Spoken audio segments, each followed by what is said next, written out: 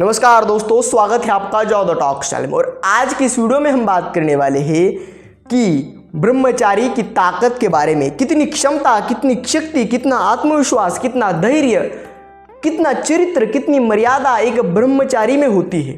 कैसा होता है एक ब्रह्मचारी। स्वामी विवेकानंद जी के जीवन चरित्र के दो अहम घटना के बारे में जानेंगे और उनसे आपको बताएंगे चरित्र, मर्यादा और ब्रह्मचारी और तथा ब्रह्मचारी की बुद्धिमत्ता, शारीरिक क्षमता कैसी होती है। वीडियो में अंत तक बने रहेगा। चैनल पे नए हो तो सब्सक्राइब कर दीजिएगा। वीडियो यदि आपको पसंद आए तो एक लाइक कर दीजिएगा। तो चलिए वीडियो में आगे बढ़ते हैं। प्रथम चीज, विदेश गमन यात्रा में स्वामी विवेकानंद जी थे। उस वक्त उनके चेहरे पर इतना आकर्षण था, वो इतने सुंदर दिखते थे क्योंकि ब्रह्मचारी का तेज था, ब्रह्मचर्य था। तो उनकी तरफ एक स्त्री आकर्षित हो गई।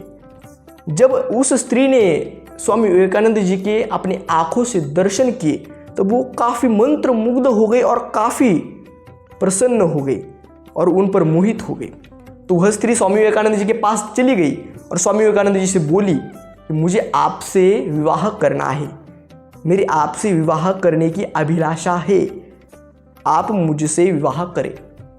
तब स्वामी विवेकानंद जी मुस्कुराए और वह स्त्री ये भी बोली कि मुझे आपके जैसा पुत्र चाहिए।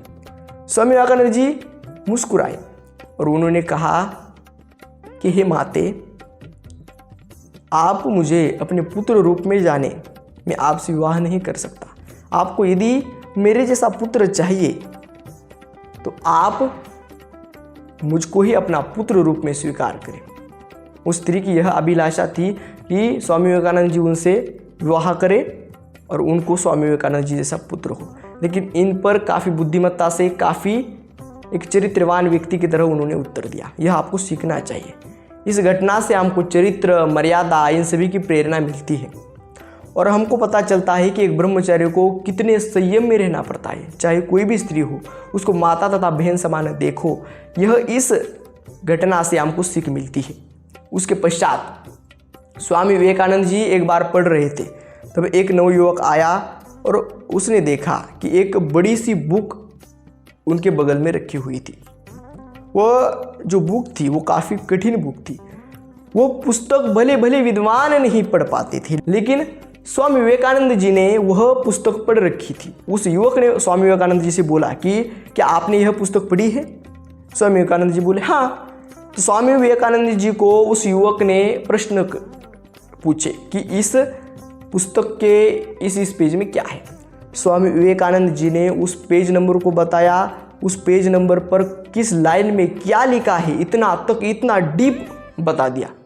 इतना कंसंट्रेशन और फोकस पावर बढ़ता है एक ब्रह्मचारी में, और इतनी सभी इंद्रियों को, सभी मन को एक ही दिशा में केंद्रित कर पाता है एक ब्रह्मचारी, क्योंकि उसको वासना की पूर्ति नहीं करनी, उसको स्वयं को निचोड़ना है, हर अंग से निचोड़ना है।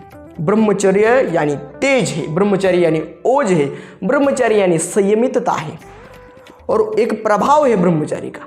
उसी प्रभाव से स्वामी विवेकानंद जी प्रकाशित थे और इसी कारण यह दो घटना थी कि एक पुस्तक उन्होंने पढ़ी और उन बहुत कठिन पुस्तक थी, बड़े बड़े विद्वान नहीं पढ़ पाते थे, लेकिन उन्होंने एक ही प्रयास में, एक ही बार पढ़कर वह कंठस्थ कर ली और जो भी चीज़ उस पुस्तक में से आप उनको पूछेंगे वह उनको पता थी और वह पेज नंबर, लाइन और उस वर्ड का सब कुछ बता देंगे आपको। इतना प्रवीण वो बुद्धिमत्ता और इतना प्रवीण वो उनके अभ्यास में थी।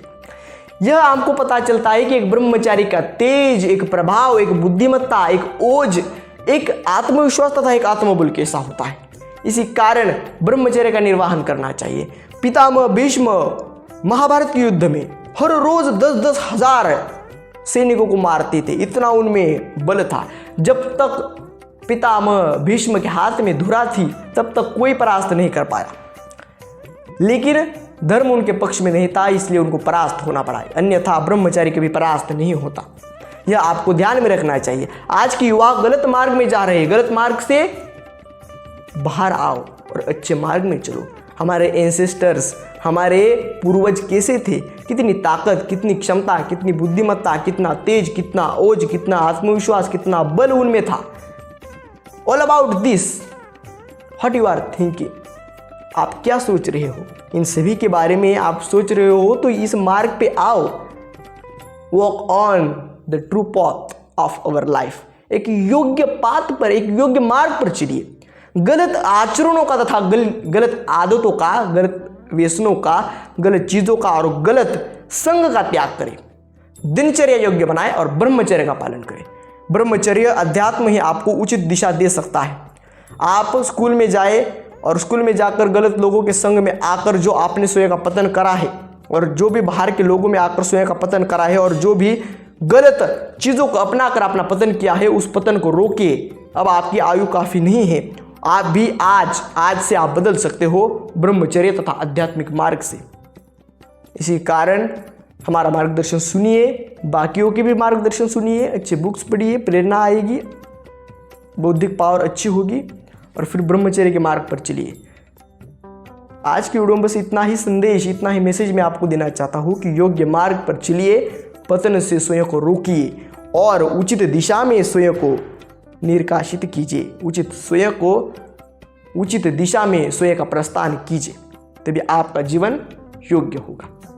आज की वीडियो में बस इतना ही। मिलते हैं अगले वीडियो में ऐसे एक नए टॉपिक के साथ। तब तक के लिए धन्यवाद।